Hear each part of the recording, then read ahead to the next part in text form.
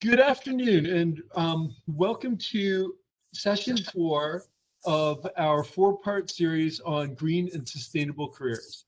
My name is Jeff Robbins, and I am an environmental science teacher at Westfield High School. You may know me from my 24 years at Roosevelt Intermediate School as both an 8th grade and 7th grade science teacher.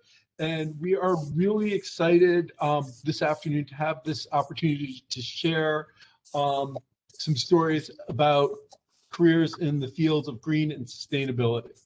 We are incredibly grateful for our panel of speakers to come and join us today right before our big weekend. And we are also incredibly grateful for the Westfield Green team to put this incredible series together for us.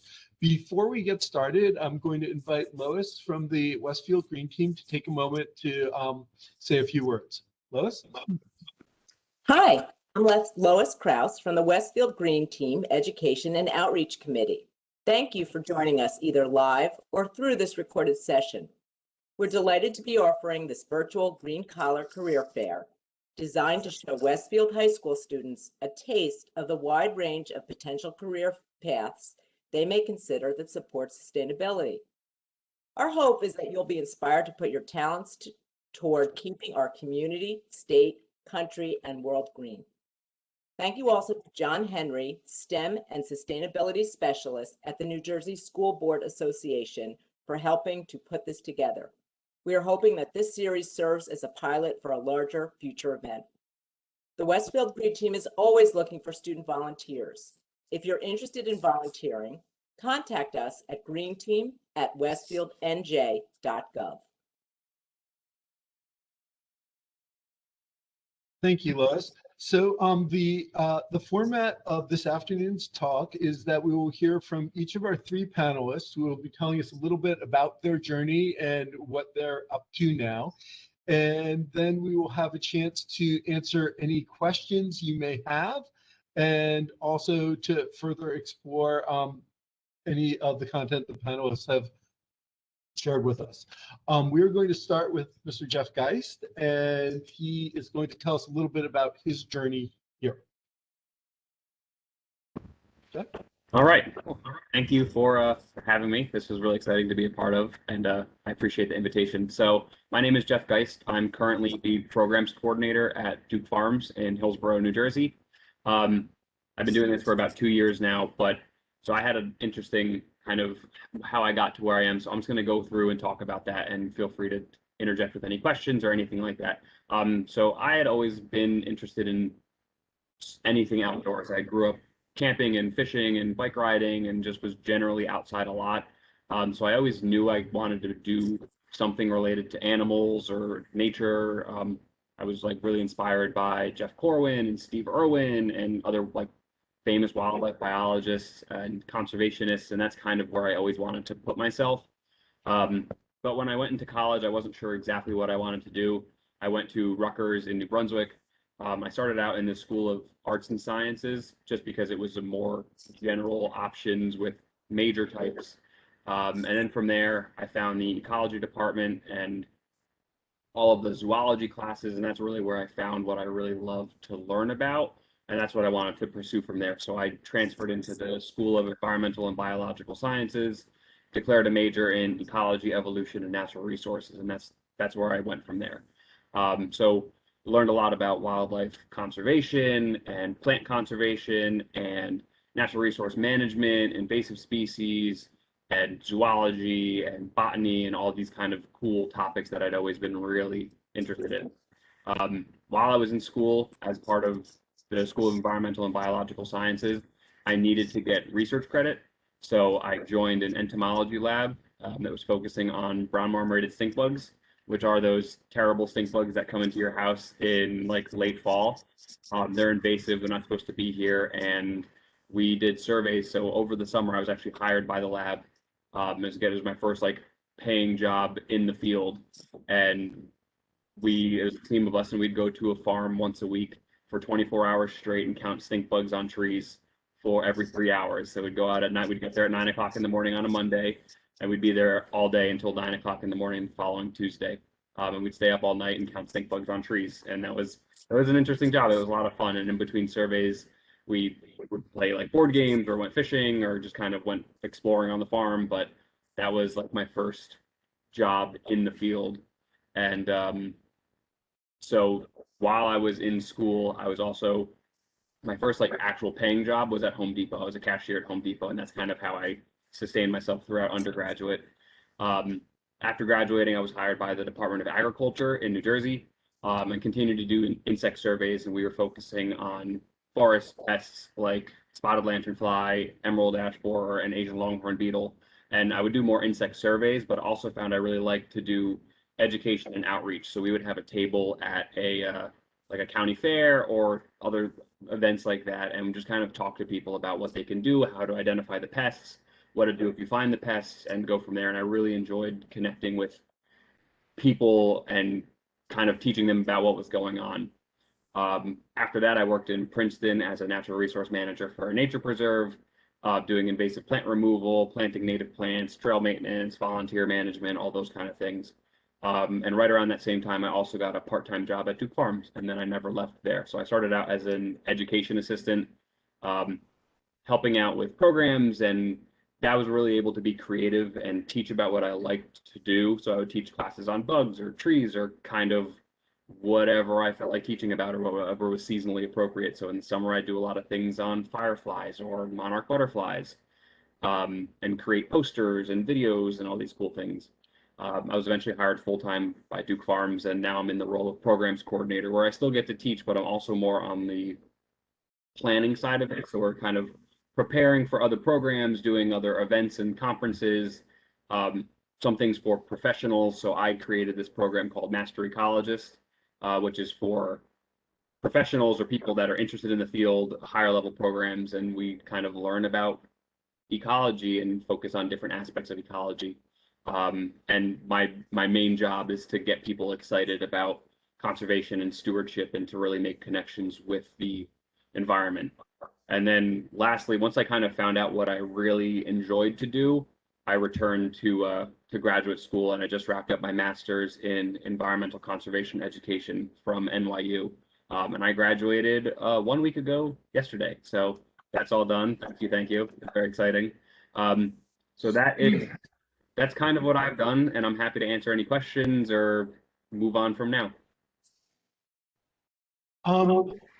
Jeff, a quick question. How long have you been at Duke Farms? So I've been there for 4 years now, and I've been in the role I'm in now for about 2 years. Okay, so earlier in the year in class, we were talking about dams and their impacts on the rivers, and like a bunch of dams have been removed on the Raritan in and around Duke Farms, but I wasn't sure if in combination with your time at Rutgers and then to your time now, if you've seen any sort of changes to the environment and the ecosystem you could comment on, or was it all kind of there when you got there? So a lot of it had been done before I got there, but there was a dam that was removed in 2013 or 2014, right along the Raritan River, right outside Duke Farms. And since then, since that dam was removed, we're seeing a lot more diversity of fish in our eagle cam, which is really interesting. So we have an eagle cam on site that has 2 eagles that lay eggs, and the eaglets actually just fledged a couple weeks ago. And the eagle cam has been there since 2010. So it's been there for a while. So now we're kind of seeing more fish and more fish diversity as the prey for the eagles, which is really great to see because they typically will fish directly out of the Raritan. So we're seeing, I mean, there's like brook trout and rainbow trout, but also some shad and there's been a couple eels in there, like freshwater eels. So there's been a lot more that you can find in the eagle nest, which is really neat. Excellent. That's really cool and really exciting to hear. Our next speaker is Wayne DeFeo, and Wayne, would love to hear from you. Well, hi, everybody. It's fun to be here, and I see that Medea joined us. You know, my path is a little more circuitous than Jeff's. Jeff seemed to know what he wanted, and he went there. And I think what I want to stress today for you is that to be in the environmental field, don't worry about a straight line, and don't worry about having only one career. Of course, I'm older than Jeff, so I've had more careers than Jeff. But My first full-time job out of high school was as a sewer worker. So it was very safe to say that I started at the bottom and worked my way up. Go after finishing college and being in college and getting a master's degree, which was all in biology, teaching, and environmental science. My concentrations were botany and ornithology, which is going to be really important in this discussion because you're going to ask at the end, how did you get where you are today? Well, I wanted to be a botanist, an ornithologist, and an environmental scientist. I taught those things. Some of you probably don't know this, but the New Jersey School of Conservation used to be a mandatory trip for all teaching candidates. And at one time I taught there. It was a lot of fun, got to live in the woods in Sussex County. My back door opened up on 130,000 acres, so it was a great place to be. Great way to spend a couple of years of getting your degrees. Teaching is where I started. 7th grade science all the way up through 12th grade chemistry. Taught environmental science and chemistry. When I left there, I left teaching after a number of years and decided to be a little more in the field and started then as a recycling coordinator for Somerset County, New Jersey. Now, what's important there is that Somerset County, the state of New Jersey, had not yet even made recycling the law. When I was there, it became the law, and we implemented the first program, and one of the first programs in the state. From there, I moved on. I had a great run there, had a really fun job, really enjoyed it, very stressful when I start really thinking about it because it was new. We used to sort your recycling out on a card table. There was no technology. I went to work for the state and did solid waste regulation for the state. That work included a lot of different things, everything from revoking companies' licenses because organized crime was still an issue in the solid waste field back then, to developing ways to undo the regulations that the state wanted to get rid of. It's a normal thing if you think about it. And the next step was to work for a trade group within the industry. From there, with a large national, multinational company, and then went on my own. The fun part about going off on one's own is that you get to do more than what you are recognized for. People see my name, they think mostly about solid waste and recycling, but I also do energy and I do work in green building and in well health and safety, because what I have found is that you have to do lots of different things. Now, remember, I'm a botanist by training, but I'm doing things that involve energy and calculations and cost paybacks and returns on investment. And I teach a one-day class on economics. Figure that one out. The point here is that you can do any number of things, and there isn't necessarily a straight line that you have to follow. So don't be afraid of doing different things. That's the one thing I've had to learn. I've had to do everything from run organizations to be a manager to run my own company. And the fun part now is I've been doing this the longest, over 25 years. And I don't have a day that's boring. Everything from doing what I'm doing with you, which I enjoy. I still teach, even though I left formal classroom teaching. I teach at Rutgers. I teach courses to people who need to be or want to be certified in areas like composting on a commercial scale, in areas like running a recycling program, being a certified recycling professional, and teach everything from how to write a contract to do a truck route to figure out what recycling works on. A career path doesn't have to be straight, and the interesting thing is I get to use all of my science training a lot of the time in very unusual projects. So it's important to remember that the more you learn in more different areas, the more you're going to be useful. And a company will look for that going forward. I like to say I'm a jack of all trades. Client calls me, I can help them. That's the first thing if you want to be a consultant. But I get to use my science, my chemistry, all of my background, because it all builds on itself. I've been to Duke Farms. I've done some work with Duke Farms. Duke Farms is a great place, and Jeff is very lucky to be there, let me tell you. Probably one of the niftiest places to work. And Jeff, I'll just leave one point for you. I had the pleasure of going to Duke Farms with my botany professor. And I won't say what year because I'll age myself, but Doris Duke still lived there. to give you context.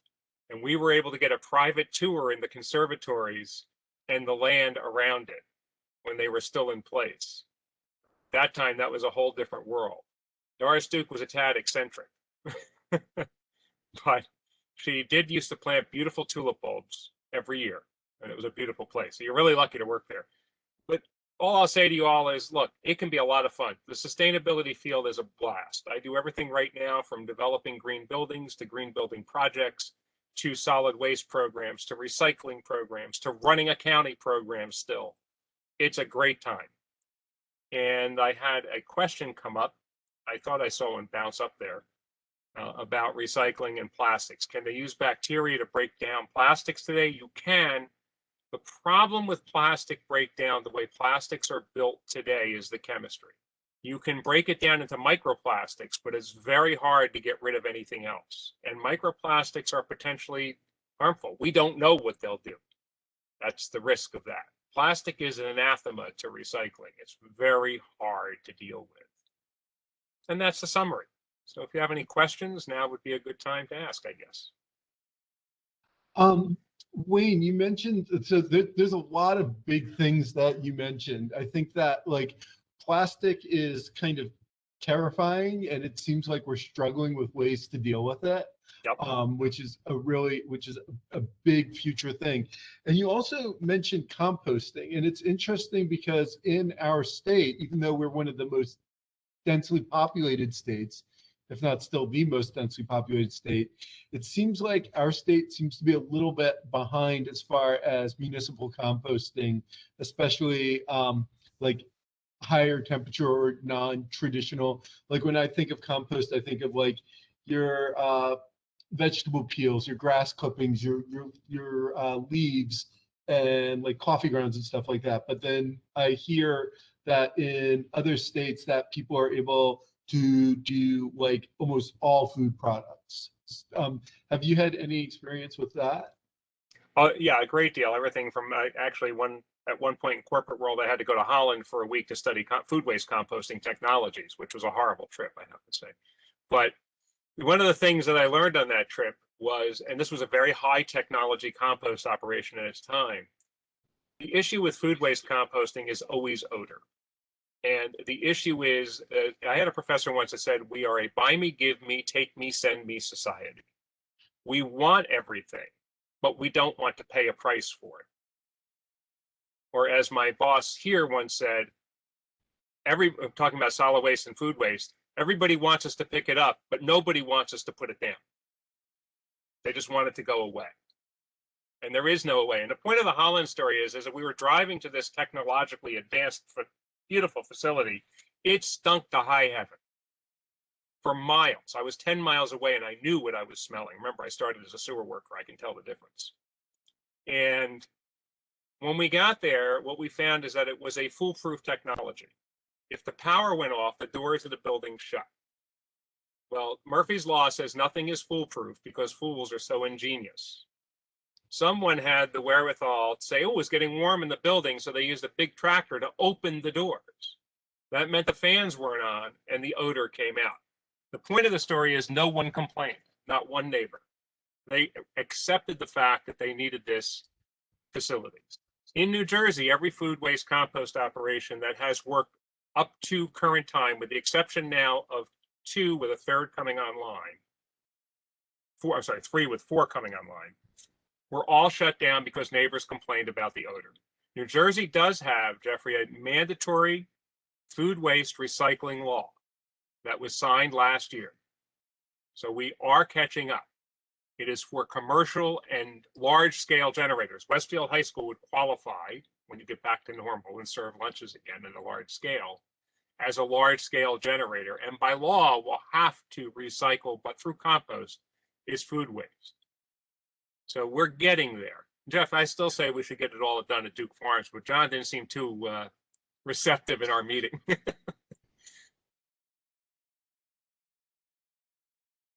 Excellent. Thank you, Wayne. And then our next speaker, Andrew Conte. Hey, how are you? Thanks for having me today. Appreciate it. And yeah, Wayne, John can be a little particular about how you use Duke Farms. I think that's the thread that kind of ties us all together, if there aren't a few that tie you and I otherwise. I'm currently doing a lot of work with Duke Farms, Jeff and Wayne, and we're doing, I did an energy audit for them back in 2017-18, and now we're working on some other of their natural energy system plan. But I'm Andrew Conte. I work at a firm called Gable Associates. I grew up in East Brunswick, New Jersey. I went to East Brunswick High School, participating in Boy Scouts and baseball, and I wrestled and marching band. And I'll get back to why the wrestling is important and funny in my career. But I like Wayne pointed out, and kind of Jeff had started, did not intend to, or did not really start specifically looking for a job in energy and in energy consulting, which is where I am today. In fact, I started working for any job that would pay me. So the first job I had was at a men's suit store being a cashier while I was in high school, worked as a stock boy, then became salesman, then realized quickly I didn't want to work retail anymore. I moved on to working in restaurants. Restaurants is great work, great culture, great good time, but angry people who are hungry are not my favorite people to deal with either, but it teaches you a lot of skills on how to de-escalate things and how to answer silly questions and how to just really react to almost anybody that sits down at your booth and be able to start a conversation. So I do recommend if you're going to be doing any job in the corporate universe ever, working in a restaurant will help prepare you for some of the ridiculousness you will see elsewhere in your career. But while I was in college at Rutgers, studying at Cook College, I have a Bachelor's of Science in Environmental Planning and Design, which comes out of the Landscape Architecture group. But I really focused on more of the planning aspects of it than the detailed design portions of it. I have a minor in institutional policy and behavior. This is really related to how people interact with and think about the environment. But that's not where I started. Other than working these jobs, I had actually applied to nursing school because I was certain I wanted to help people, but I was also certain fairly quickly that I didn't want to help people that intimately. I wanted to be a good distance away from them to do so. So I found pursuing courses in college that were similar to the merit badges I had achieved in Boy Scouts helped me get a lot of good grades quick and get my GPA up and helped me actually find the path towards Cook College and graduating. Now I took an extra year to graduate from college, mainly because the first year of college was just too much in many different ways for me to be able to pass my classes and exist. But once I got out of school, or once I got towards the end of college, I started working at PMK Group, which is an environmental and geotechnical engineering firm that used to exist over in Cranford, New Jersey. They've done a lot of work all around before they were absorbed into a larger company called BSG or Birdsall Services Group. When I was at PMK, I worked as a survey guy. I went out in the field, did actual land measurement and mapping type stuff.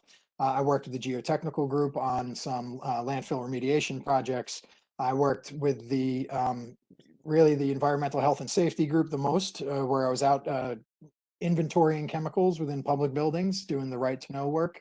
And let me tell you, after breathing heavy chemicals for 8 hours a day, it does make you pretty woozy and tired. It's an interesting job to have. But PMK became Birdsall. Birdsall, I hung on with them to do some of that field work. When I got out of college, they hired me directly as an energy engineer.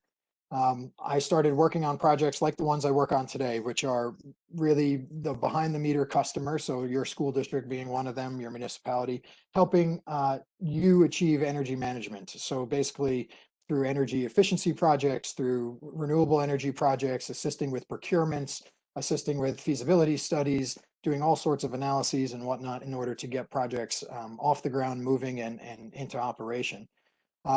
Shortly after, BSG has a very interesting history. I'm happy to go into it if anybody has questions, but I'd rather stay away from it.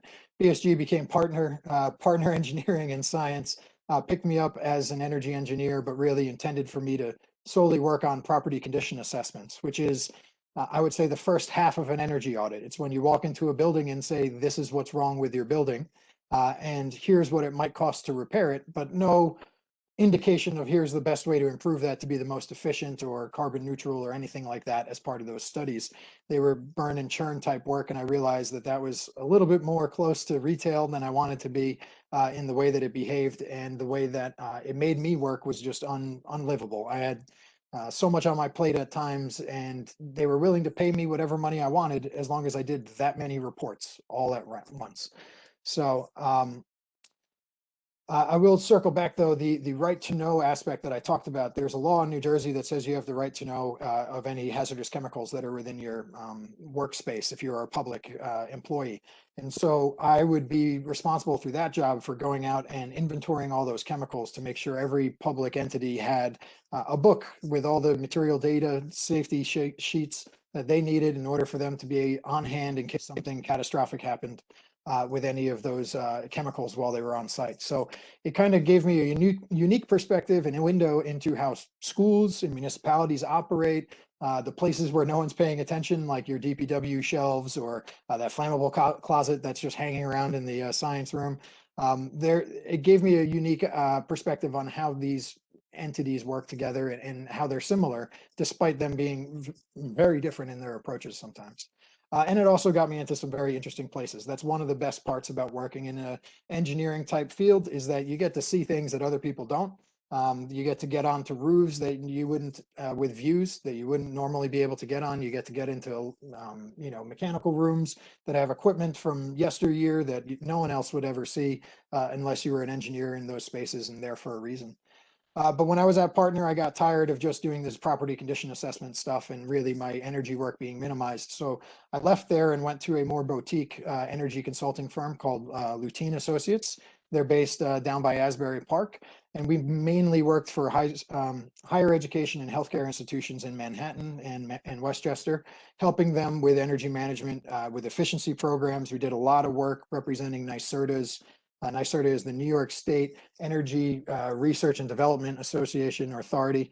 They are responsible for all the incentive funding that goes towards energy efficiency and renewable energy. And at the time I worked at Lutine, they were funding what's called peak demand reductions. So they had this program where they would pay up to 50% of the project cost if you could permanently reduce your demand or the amount of electricity you needed at any given instant from the height of the maximum amount you ever needed down to a reasonable level. So that was giving away free money. It was a great position to be in. A lot of people loved me at the time, but it led to some great work with some higher education institutions and able to help them be able to find room in their budgets by doing these savings projects, which was great. And that led me to work where I am today here at Gable Associates. Gable Associates is also a fairly boutique energy consulting firm in New Jersey that really consults on the entire breadth of the energy markets, from your wholesale suppliers down to your end users, where I more often am working as the director of advanced energy solutions. My goal and my job is 9 times out of 10 to help a school district, a municipality, healthcare institution, a higher education institution, find a way to reduce their costs, reduce their carbon footprint. Duke Farms as well, help them reduce their costs, reduce their carbon footprint as they go forward.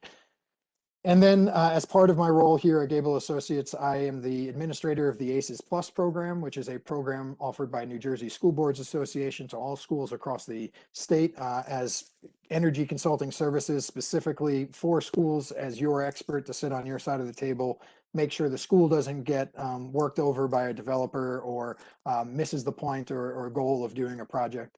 And at the same time, we're doing similar work like that in Pennsylvania. So I have another program I run called Energy Solutions for the Pennsylvania School Boards Association that does very much the same things I do at ACESplus. I know I've thrown a lot out there, but really, I want to go through my certifications real quick because that is one thing that I feel is quite important as you go on in your career. And Wayne touched on it as well, so I'll just back up what he said. Getting an education, staying educated, learning as you continue your career is just as important. It doesn't end when you finish school in any type of formal way. And it doesn't end just because you went to college, you seem to know everything from here on out. That's not going to work. No matter what you do, especially in a field that's energy and sustainability specific, you need to be multidisciplinary in your thinking and expertise. You need to be approaching everything as if it's new every year, because every year it's new. I guarantee it. It's going to look the same, but it's going to be paid for differently, or it's going to be approached differently by different clients. So you need to be adaptive and knowledgeable on so many different things. So I have a few certifications through the Association of Energy Engineers specifically. The Association of Energy Engineers has given me, after taking some tests and some courses and passing the exams, the CMVP, which is Certified Measurement and Verification Professional, which means I'm capable of measuring your energy savings after you install a project, or helping you plan for how you achieve those savings based on certain international protocols and methodologies that you could use, both from the federal government or just a standard that's out there in the market. CEA stands for Certified Energy Auditor. This is so that I can go into your facilities, look at all of your potential projects, and come up with different ideas of how we can save you energy and money and cost and reduce your carbon footprint. And then CEM is kind of the biggest blanket of them all. It covers every little aspect of the energy management field, Certified Energy Manager. And this certification basically says that I am capable of doing all these other things that my other accreditations give me.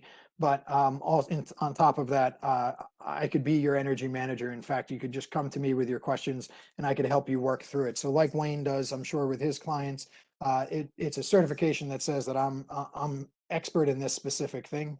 It's kind of the highest level that I know of that you can get as an energy engineer of certification, because there is no PE license for an energy engineer just yet. So CEM is it. So I just want to throw that out there. I'm happy to talk about any of the aspects I brought up in my career path or the specifics of my projects. I do a lot of solar, so if you have any questions on solar, I can answer that all day long. My firm's very involved in the offshore wind. I'm happy to answer questions on those. But I touch on almost any energy technology that's being considered. So, anaerobic digestion to natural gas production for C8 combined heat and power units. I've worked on storage projects. I've worked on solar of every scale, from rooftop at your school to hundreds of acres in Pennsylvania being developed as grid tied projects. So anything you have questions on, I'm happy to answer them. But I tie it into wrestling is one thing that came up. I thought that was, I wanted to make this joke available to you. When I was wrestling, my coach would always tell me that if you're laying on your back counting the lights, then you're never going to get anywhere. You're not doing it right. You're losing. Because in wrestling, if you're on your back and you can see the lights, you're being pinned. You're losing at the wrestling match. But as a certified energy auditor and an energy manager and energy engineer over my career, I got paid lots of money to count lights. So let me just tell you, it doesn't matter what advice you get in high school. Sometimes it doesn't exactly line up with where you end up in your career or what's valuable. Things change, but just keep an open mind about where your career could go, because I certainly did not set out to be an energy consultant, but being an energy consultant has been the most rewarding career I've had so far at work, and best time I've had at a desk. So just wanted to throw that out there.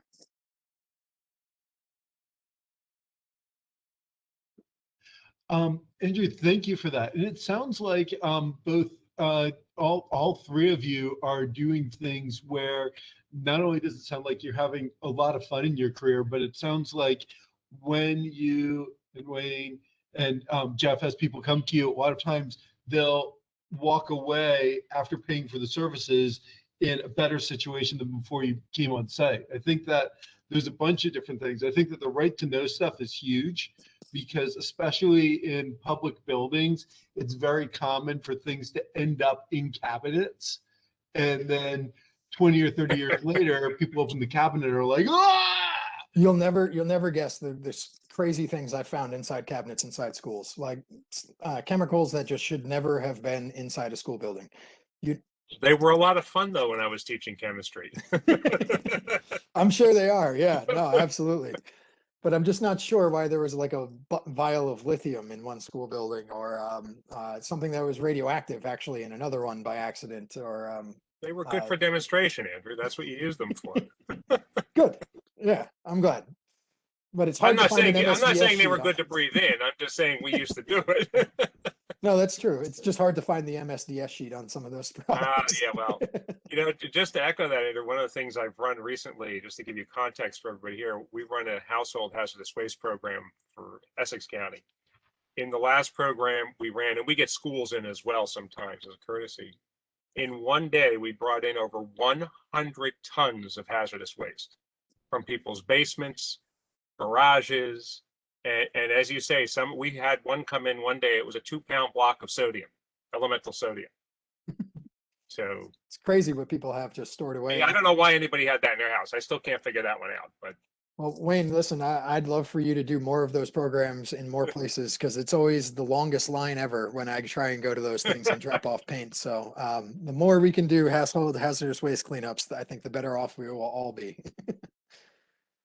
But And then, working with Oh. Duke has been fantastic. I do want to say that, pointing it out, that's a great location, great farm, the great foundation that's been able to get out there and demonstrate environmental stewardship. I think all three of us, obviously, and Jeff mainly, have had a lot of interaction and time out there. I do want to say, if you haven't been there, it's worth the trip for sure. oh, absolutely. And the farmers market's pretty good. Farmers market Yeah. is great. Farmers market's on Sundays from 10 to 2. I'll do my little Duke Farms plug because it's an awesome place. And if there's anything environmentally that you're interested in, it's probably at Duke Farm. So there's composting, there is solar and sustainable energy, there is adaptive reuse of buildings, there's like rare plant species, rare animal species you can find. So it's an overall really cool place, and definitely come check it out. We have lots of public programs. That's what I kind of do and post programs and get things out there. So Fridays, Saturdays, and Sundays, we have a ton of classes. They're either free or very low cost. So definitely go check those things out. You know, not to, but to echo that as well, there's also there are lead buildings at Duke Farm, so you can go see what a green building really is. Medea asked me to echo, I wanted to echo something, excuse me, that Andrew was saying. One, always take on training opportunities. And one thing I didn't hear and I forgot to say, I did put it in the chat, remember to get involved. I mean, I'm the chairman of my environmental commission. I'm secretary of the County Energy Council. I'm on boards for professional recycling organizations like the Recycling Certification Institute and the Association of New Jersey Recyclers. I have different certifications like Elite AP, compost operators, that kind of thing. And one thing I'll say is, just because it's funny, because Andrew works for Gable Associates, never burn a bridge. You know, this is a huge industry and becoming bigger, sustainability, but it's also very small. Because Andrew's boss and I go back to a very long, no, he was never my boss. Don't you ever let him tell you that, Andrew. Okay, I won't.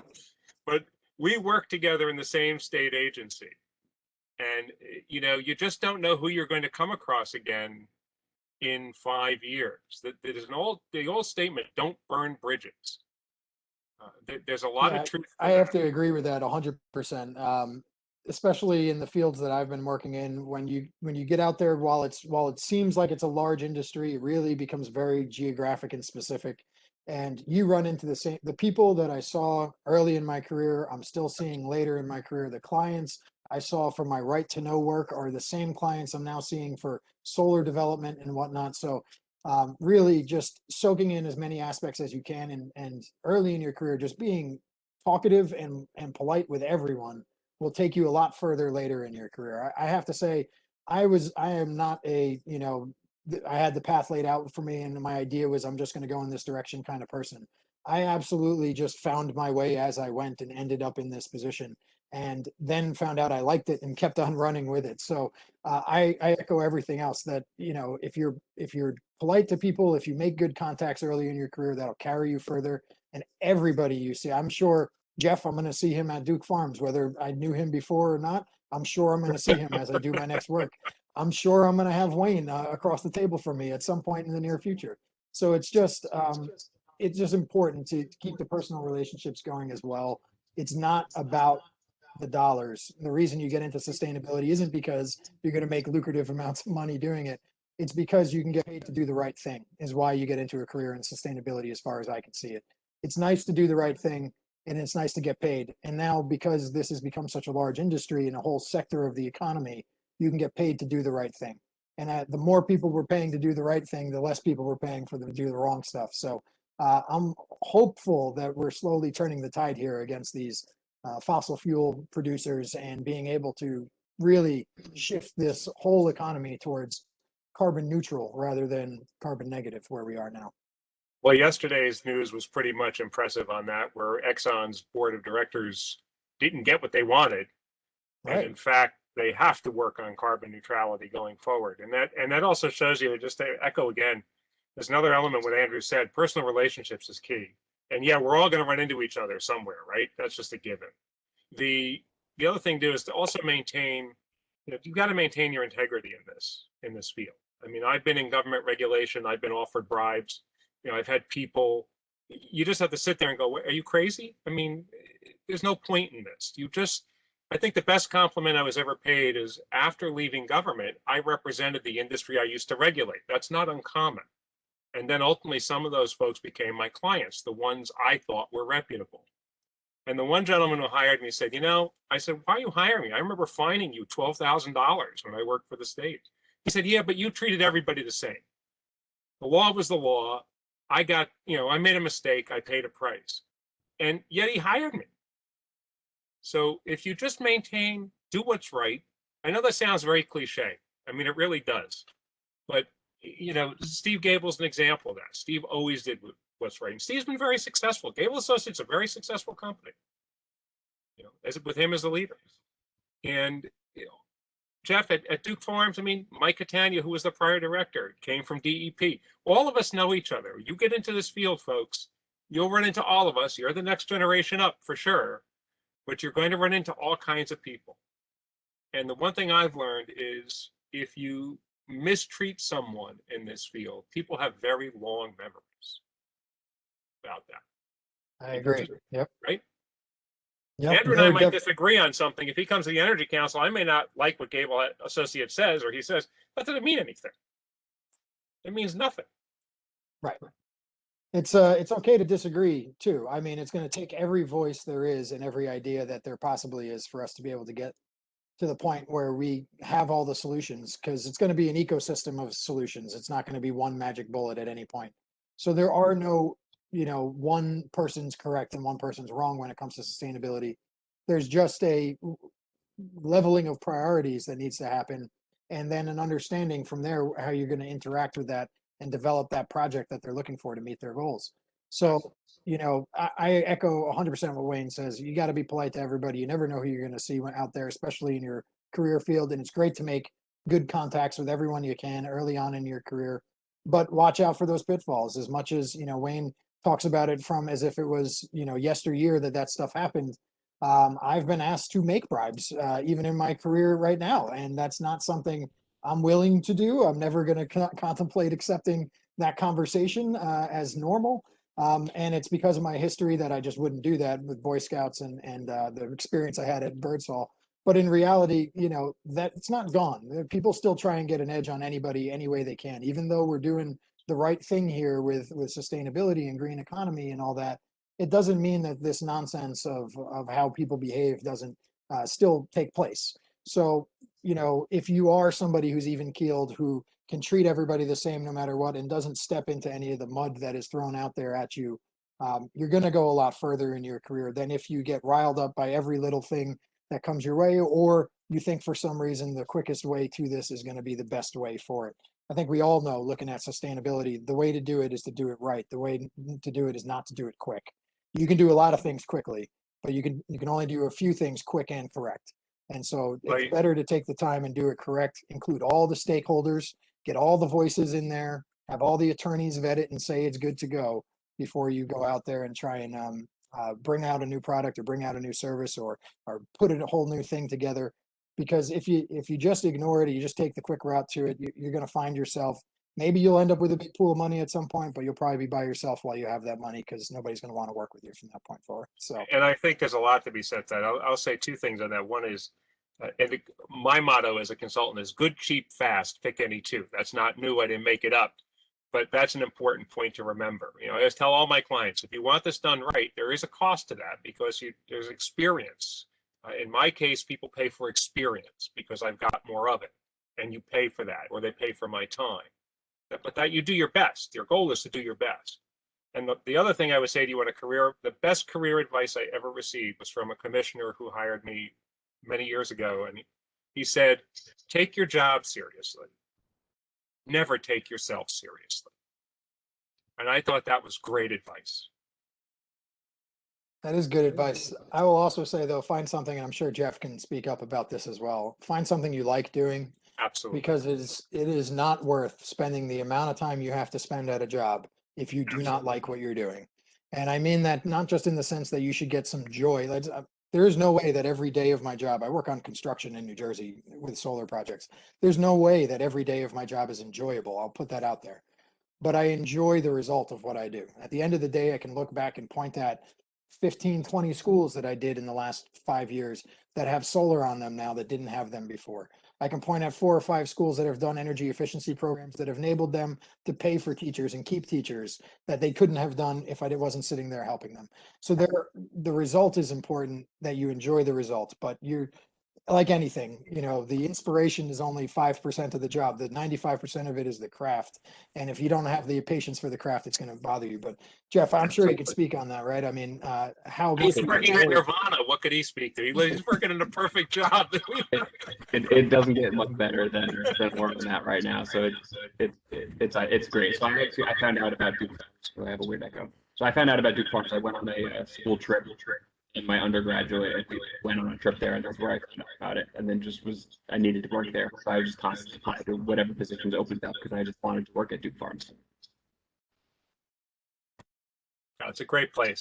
I tell everyone here again, I know everyone has said it, but if you don't go there at some point, are you fully open now, Jeff, with everything? Is everything fully opened again? Everything is open. Orchid Range is open. The buildings themselves aren't open. The only building you can get into is the greenhouse with orchids in it. But everything else is open. It's open Tuesday through Saturday, and you have to reserve a pass to come on Saturdays just because that's our busiest day. But it's a free pass. It's just to keep track of how many cars are in the parking lot to control visitation. But we're all open and ready to go. Great. It's a great place, and it's great. They did great work. That's the other element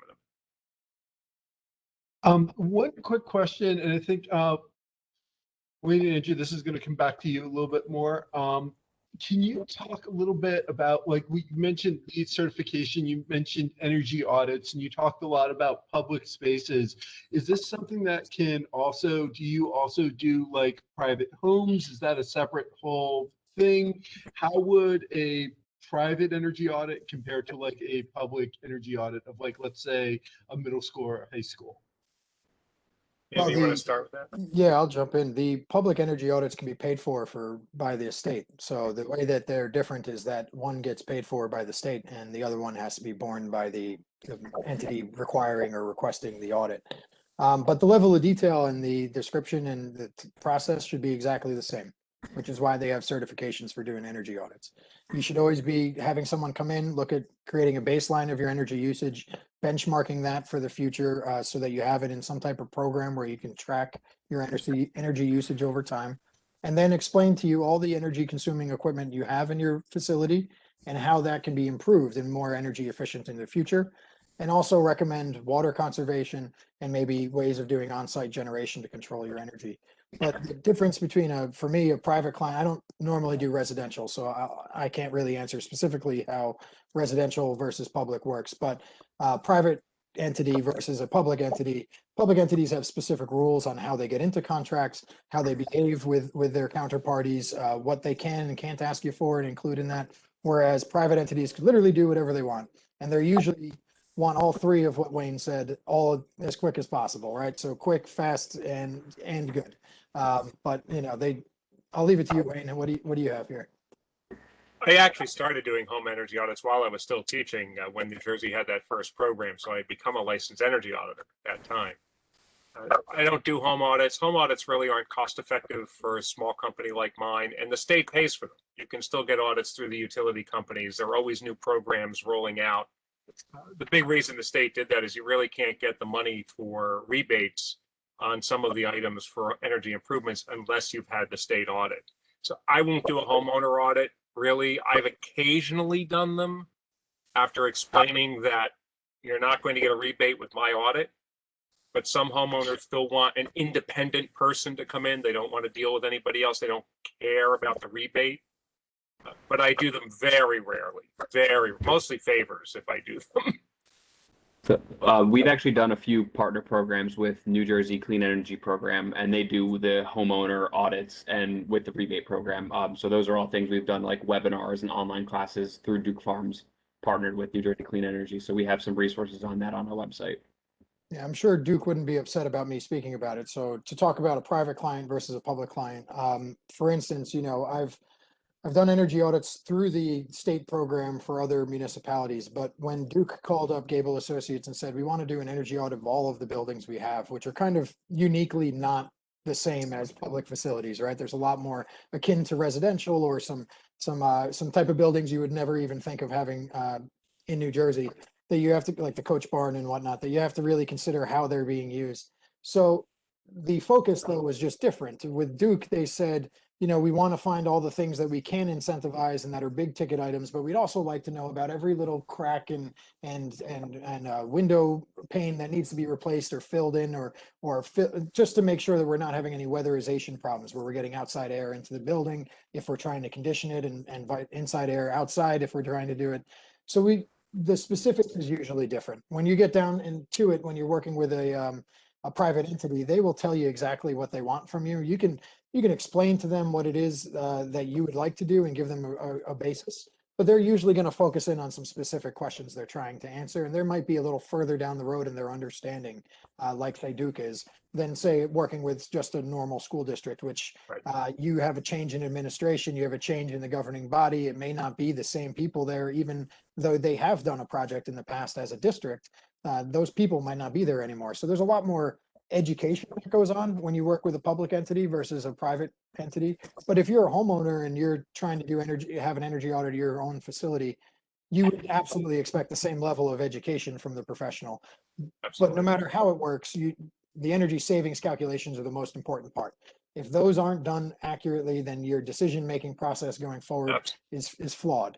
And so you really want to make sure whomever is doing an energy audit for your facility, organization, or your home, that they are capable, certified by somebody, that they are going to be above board and explaining to you, and they're not there simply to sell you some products, right? I mean, there's a lot of entities HVAC companies that'll say, hey, listen, I'll do a free energy assessment for you, but at the end of it, I want you to buy my HVAC unit, right? That's what their intent is. And we are seeing a little bit of a shift. I think utilities are going to start doing this a bit more, where you can kind of do a virtual energy audit, where you'll be able to put in the equipment that you have in your building and it'll spit out how you can potentially improve it and give you some directions kind of through an automated tool that's going to be available. And as that becomes more available, I would expect more homes to be audited, because right now there's only a few in the state that are really, there's not a large number of home residential audits that are going on, both because of cost issues. It's very expensive to have a good energy audit done. And also, you don't really need one. There's only so many aspects of your home that really need to be improved. And one of these state incentive programs that Jeff talked about from the Clean Energy Program could help cover all of it. They could do the insulation in your home. They could do the weather sealing and stripping. They could also do the HVAC improvements and tell you what's needed there. And at the end of the day, it's the savings you would get, the difference between what you pay now and what you would pay with that energy audit. Once it's done and those improvements have been applied, that you really should be paying attention to, because that savings is carbon savings, but it's also monetary savings. Yeah, I think I'll echo that. By the way, the Somerset County Energy Council, the Somerset County Energy Council, if you go to that website, we put up a self-audit link. We give you the tools that we developed it over about 3 years so that homeowners could do their own audit at home. And you can go on the website and look that up, download it, and do your own energy audit. It's a simplified version of what a professional would do, but it certainly would identify, as Andrew said, the key areas that you need to look at. So that's the Somerset County Energy Council. When I have done and still do large energy audits, they're for big commercial clients. And they look at something a little bit differently than Duke or a homeowner. They want to know, is whatever you're recommending going to pay itself off in 5 years or less? They tend to have this little 5-year window. And that's their focus. And that's why one of the reasons I had to learn about economics, because I had to learn what return on investment meant. ROI, or internal rate of return. I didn't know. I'm a botanist. I think plants don't have that. No. And once we learn that, we focus our energy a little bit differently.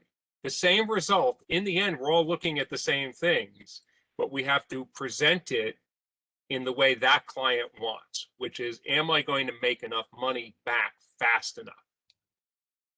And it's just, everybody has a different, what's the word I would look for? Everybody has a different slant as to what their priority is when it comes to energy. And I think that's important.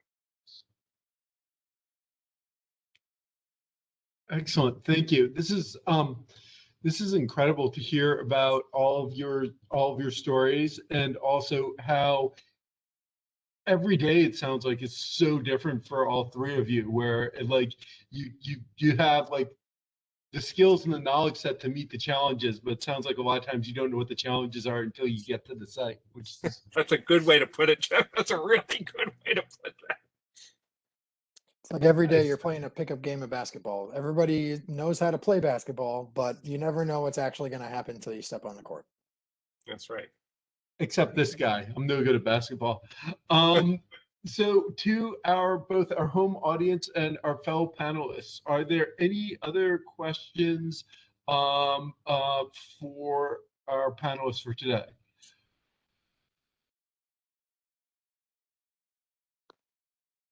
Excellent.